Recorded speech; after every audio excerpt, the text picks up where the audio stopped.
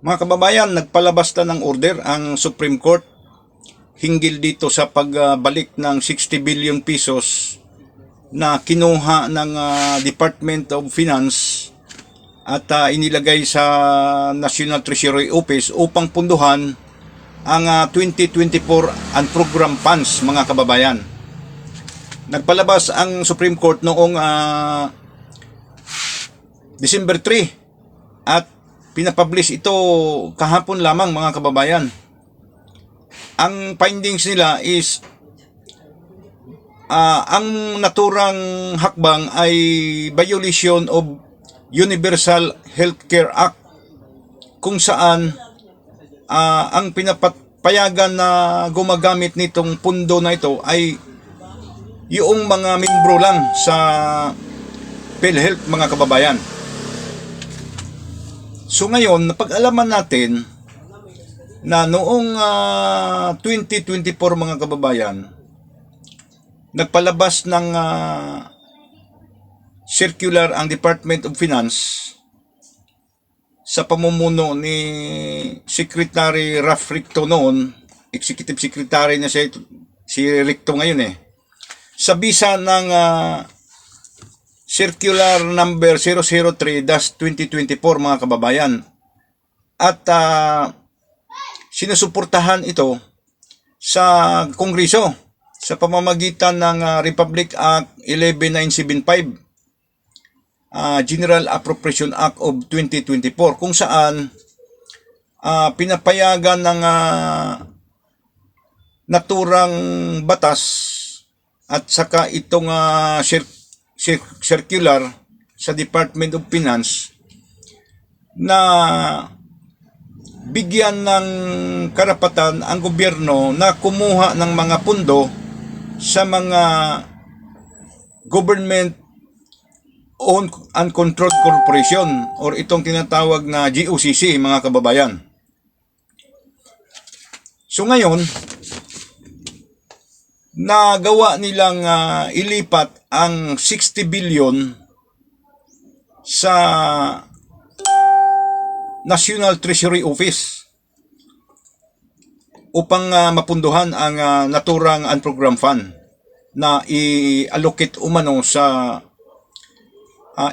government infrastructure projects at saka healthcare facilities program, mga kababayan. Ngayon, supposedly, ang pundo ng PhilHealth is 98 billion. Kukuhanin sana nila lahat. Kasi yung 60 billion, mga kababayan, na successful nila yung pag-transfer sa National Treasury, di ba? Yung 28 billion, pinalagan ngayon ng Supreme Court. Noong late October of 2024, nagpalabas ang Supreme Court ng temporary restraining order to hold the transfer of remaining 28 billion from the PhilHealth Fund. So, mabuti na lang at naagapan ng Supreme Court, mga kababayan. Pero ang 60 billion, nakuha talaga nila at napasama na yun sa mga naanod sa baha na mali-malitang basura, mga kababayan. So ngayon, ito si Raf Ricto, Department of Finance, itong taga lower house or Congress, kung sino yung nasa Committee on Appropriation nitong mga time na to. Kasi sila yung nagbalangkas nito At saka itong PhilHealth President na si Emmanuel Ledesma pa ito noon nung time na nilipat itong pundo na to kasi ang president ngayon sa PhilHealth si Director Edwin Mercado. So ito pa si Emmanuel Ledesma nito ang may hawak ng PhilHealth. Ang DBM, Department of Budget and Management, although wala naman silang circular na pinalabas, pero kasama sila dito sa pagbalangkas nitong paglipat ng pundo nito. Si dating DBM Secretary Amina Pangandaman at ang National Treasurer natin mga kababayan, itong si Sharon Almanza. So, mayroong lima kasangay ng gobyerno natin na mananagot nitong finding sa Supreme Court ngayon. Grave abuse of discretion mga kababayan. Ang findings ng Korte Suprema sa paglipat ng pundo galing sa PhilHealth papunta sa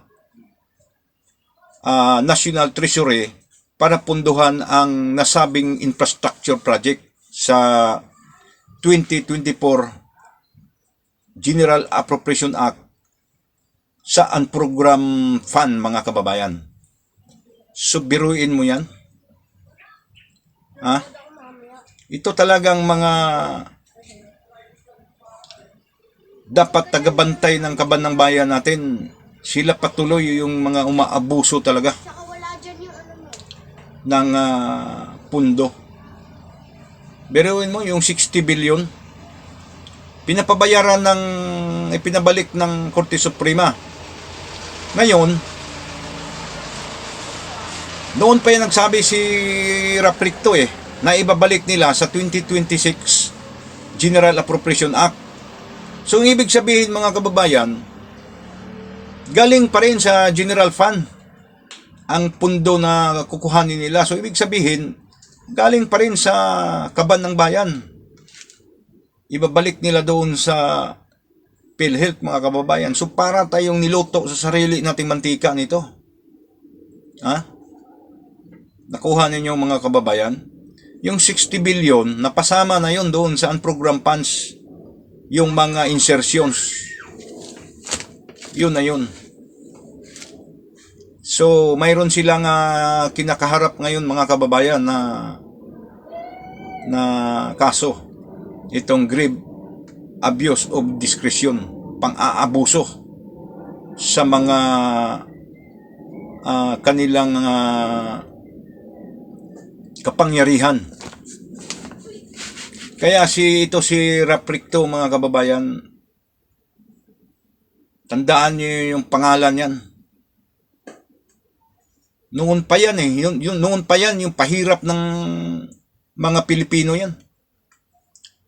Siya din yung author nitong value added tax. May value added tax na. Gumawa pa talaga siya ng extra value added tax. Grabe itong tao na to mga kababayan. Tapos noong nagkaroon ng budget deliberation, nakikiusap sa kanya si Senator Bungo na wag naman sanang